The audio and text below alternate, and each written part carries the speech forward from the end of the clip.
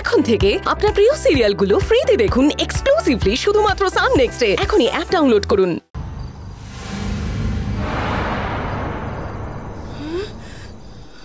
মরণ, এই ভোর সন্ধে তুমি কোথা থেকে বেদবা মেয়েকে নিয়ে এসে আমার ঘরে এসে উঠলে গো?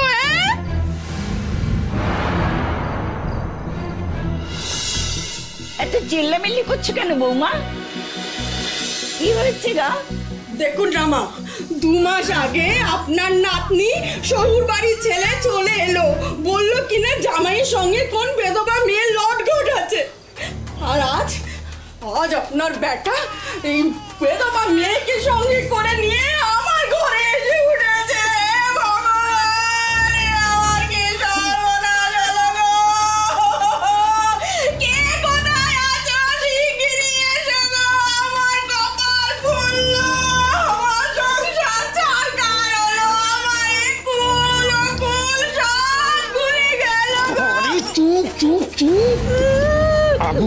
কিছু না বুঝে চিৎকার করা তোমার কাছে স্বভাব নাকি? চুপ করো তো। পাগল লোক দেখে তুমি আমাকে বিপদে বলতে চাইছো নাকি? কেষ্ট কাকা, যদি অসুবিধা হয় তাহলে আমি এক্ষুনি চলে যাচ্ছি। না না, তুই দাঁড়া মা, তুই দাঁড়া। কি হয়েছে রে কেষ্ট? এটি কাকে নিয়ে এলি? দেখুন না মা, দেখুন না, আপনার বেটা একেবারে বাছুর সমেত ঘরে ধরে নিয়ে এসেছে। ছি ছি মা, ছি ছি মা।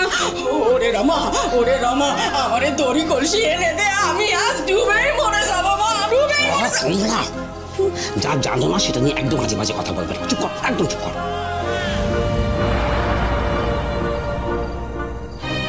মা, মা গো, ও হচ্ছে আমার মেয়ে, তোমার নাতনি। ওর নাম পাখি। ও না আজ থেকে এখানেই থাকবে, বুঝতে পারলে? দাঁড়াও।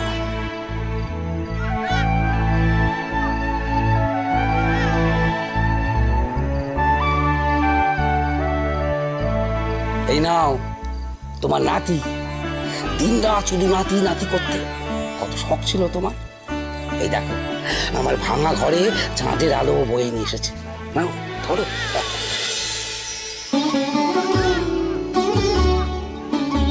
ও মা, এই যে পরশ মানে কি? হ্যাঁ, কোথায় পেলি রে কেষ্ট? পরশ মানিক যেখানে পাওয়া যায় সেখানেই পেলাম মা। পথেই পেলাম এই অমূল্য রতনকে, বুঝতে পারলে? রমা শোন না, বলছিলাম যে শোন, বলছিলাম কি যে আজ থেকে এই পাখি দিদি তোর সঙ্গে একসঙ্গে তোর ঘরে থাকবে, বুঝতে পারলি তো? মা বলছিলাম আমাদের জায়গার একটু অভাব আছে, কিন্তু ভয় পেও না, তোমার কোনো অসুবিধা হবে না, বুঝতে পারলে? কোনো অসুবিধা হবে না। কমলা আমার বউ, বুঝতে পারলে তো? জানো তো, যে মেঘ যত বেশি গর্জায় সে তত কম বর্ষায়। বলছিলাম তোমার এই আধ পাকড়ি কাকিমা তোমাকে হয়তো একটু জ্বালাতন করবে, কিন্তু দেখো তোমার এই বাচ্চাকে সারাদিন বুকে আগলে রাখবে, বুঝতে পেরেছো? আসো আসো আসো আসো আসো আসো।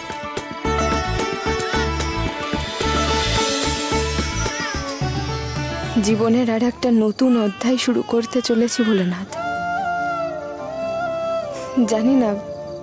আমি জানি না সামনে কি আছে। আরও কি পরীক্ষা বাকি রেখেছো তুমি ঠাকুর? আমি বলছি তো মোহিত বেঁচে আছে। কিন্তু সেটা কি করে সম্ভব মিত্র? পুলিশ তো কথা বলছে না।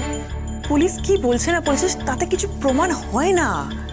দেখুন, এমনও তো হতে পারে যে মোহিতকে গুম করা হয়েছে এবং তার পিছনে দায়ী অমিত মুখার্জি।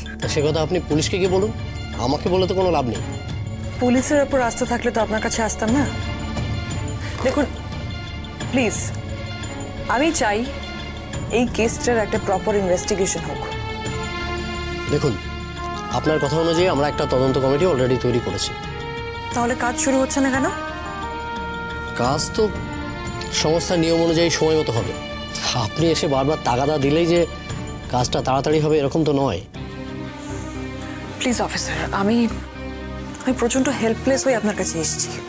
আপনি বুঝতে পারছেন তো, দেখুন আপনি আপনি প্লিজ কিছু একটা ব্যবস্থা করুন। দেখুন মোহিত যে মারা যায়নি সেই নিয়ে আমার প্রচুর ডাউট আছে এবং সেই ডাউটগুলো আপনাকে জানিয়েছি। দেখুন ম্যাডাম, আপনি একজন রেপুটেড পারসন, আপনাকে আমরা চিনি, আর মিস্টার মোহিত মুখার্জিকেও আমরা জানি, তার মারা যাওয়ার ঘটনাটাও আমরা জানি। আমরাও চাই এটার যথাযথ তদন্ত হোক এবং সেটা খুব শীঘ্রই আমরা শুরু করব।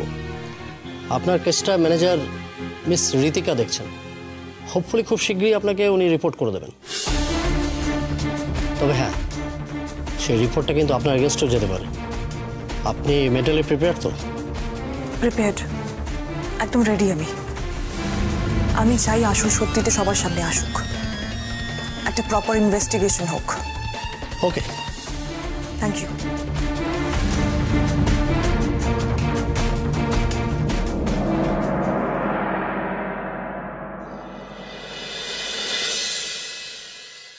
এই নিন। সারাদিন তো পেটে কিছু পড়েনি, এবার একটু খেয়ে নিন। তুমি আবার এত কিছু কেন করতে গেলে বলো তো? ও মা, আপনি যে এখন মা হয়েছেন, খাওয়া দাওয়া না করলে তো আপনার শরীর খারাপ হয়ে যাবে, তখন ছেলের যত্ন কে নেবে শুনি? অবশ্য এ বাড়িতে সেই চিন্তা করতে হবে না। আমার মা ঠাকুমার কোলে আপনার ছেলে না বড় হয়ে উঠবে, দেখবেন। যাকগে, বলছি ঘরটা না ভারী ছোট, জানেন? কি করব বলুন, আসলে আমরা গরিব তো, আমাদের এরকম কষ্ট করেই থাকতে হয়। আপনাকে একটু কষ্ট করে অ্যাডজাস্ট করে নিতে হবে, মানে কোনো সমস্যা হবে না তো? আসলে আমি শুনেছি যে আপনি অনেক বড় বাড়ির বউ, আমার বাবার কোম্পানির মালিকের স্ত্রী আপনি। আমি তো ভাবতেই পাচ্ছি না যে আপনি... হ্যাঁ, এ কথা সত্যি যে আমি বড় লোক বাড়ির বউ, কিন্তু হয়তো তুমি জানো না যে আমিও একটা গরিব বাড়ির মেয়ে। তোমাদের তো তাও ভালো অবস্থা, খেতে না পাওয়ার মতো করুণ দশা তোমাদের নয়। আর আমি যে কি যন্ত্রণা আমার বাপের বাড়িতে সামলাচ্ছি, সে আর তোমাকে নাই বা বললাম।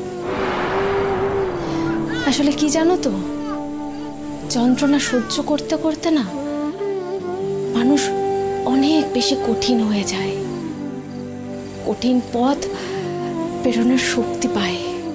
এটা আপনি একেবারে ঠিক বলেছেন। কষ্ট না পেলে মানুষের মনে জোরও বাড়ে না। তোমার বাবা কি বললো তুমি সেটা শুনলে না? তিনি তো বললেন যে আমিও তার আর এক মেয়ে, তাহলে আজ থেকে আমরা দুই বোন, তাই তো? আর এটাও আমার বাবারই ঘর,